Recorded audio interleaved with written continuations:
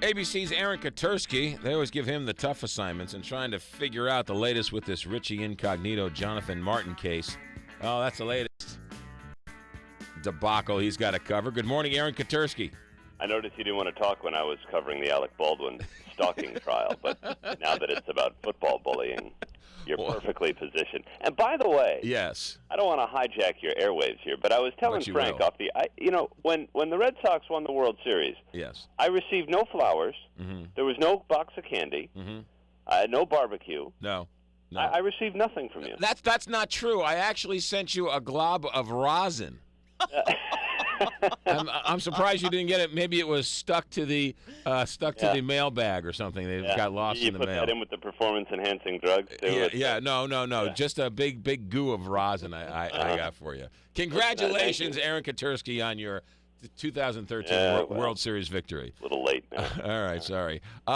Let's get to the current story at hand. Richie Incognito and Jonathan Martin. This thing's turning into a disaster. Where is it now? It's funny you say, because it's yet another thing that the NFL wants to go away as quickly and as quietly as possible, but yet somehow there seem to be almost daily new twists and turns.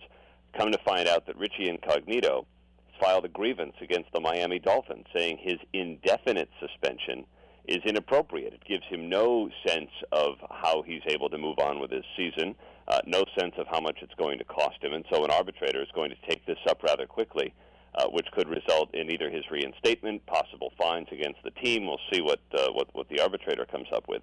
And then separately, Jonathan Martin is going to actually hear from him, or at least the NFL is going to hear from him for the first time since his allegations of bullying. He's going to be here in New York meeting with Ted Wells, the prominent attorney hired to get to the bottom of all of this and see how the league's going to respond. At one point, Jonathan Martin was going to meet with the owner of the Dolphins. Did that take place? I'm not sure that took place. I think he's first going to see the league, and what the NFL is trying to do is figure out whether this is just some kind of isolated thing, or whether this is an instance that is more pervasive in locker rooms around the league, and then whether they have the ability, desire, wherewithal to even try and crack down on it. Certainly the racial slurs that have been alleged are problematic and would violate the league's misconduct in the workplace policy. But, how often do you hear about misconduct in the workplace policies being enforced in the NFL? So it's not an area that we've really seen before. Are they going to bring in coaches and assistant coaches and other players? Because during Bountygate with the Saints, they brought in everybody.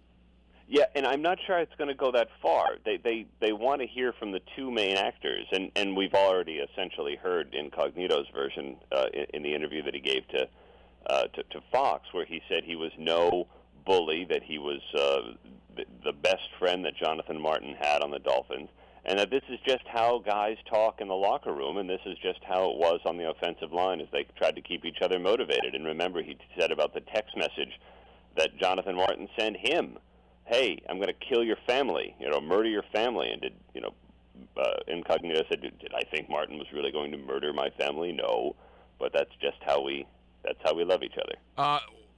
This is an interesting situation the NFL and the Dolphins find themselves in, because there's the NFL culture, there's the NFL agreement with the players, and then there's, as you say, workplace rules where you can't do certain. You and I certainly can't do certain things that might get away with in an NFL locker room. So it's this weird melding of worlds. Right at the center of it are these two football players.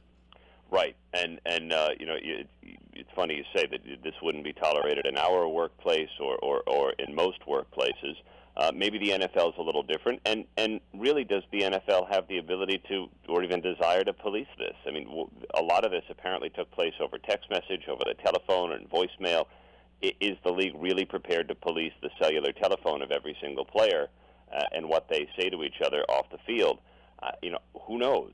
But it's certainly high-profile enough case that they want to get to the bottom of it and at least have Ted Wells come up with some kind of response to pacify the storm. I mean, the Dolphins seem to just be a mess over this, and whether Jonathan Martin can ever play again has been debated in among the experts on ESPN and the like to say, who's going to want that guy in their locker room. So right now, the NFL or the Dolphins might be forced to put Richie Incognito back in uniform because he files this grievance?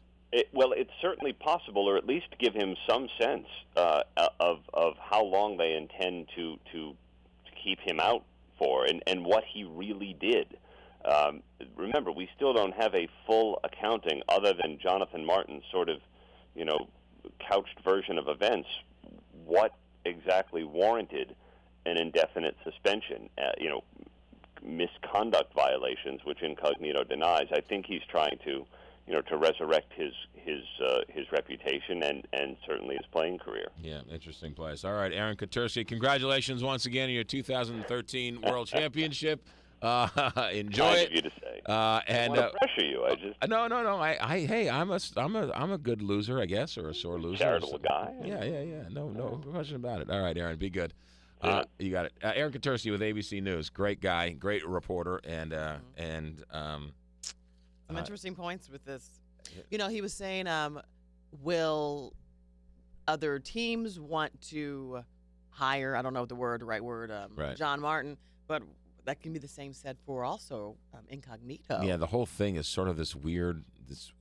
It's a high school cafeteria fight between two mean girls, or between two girls. Really, I mean, Right. the similarities are scary because they're frenemies. Yes, they are frenemies. It's really scary.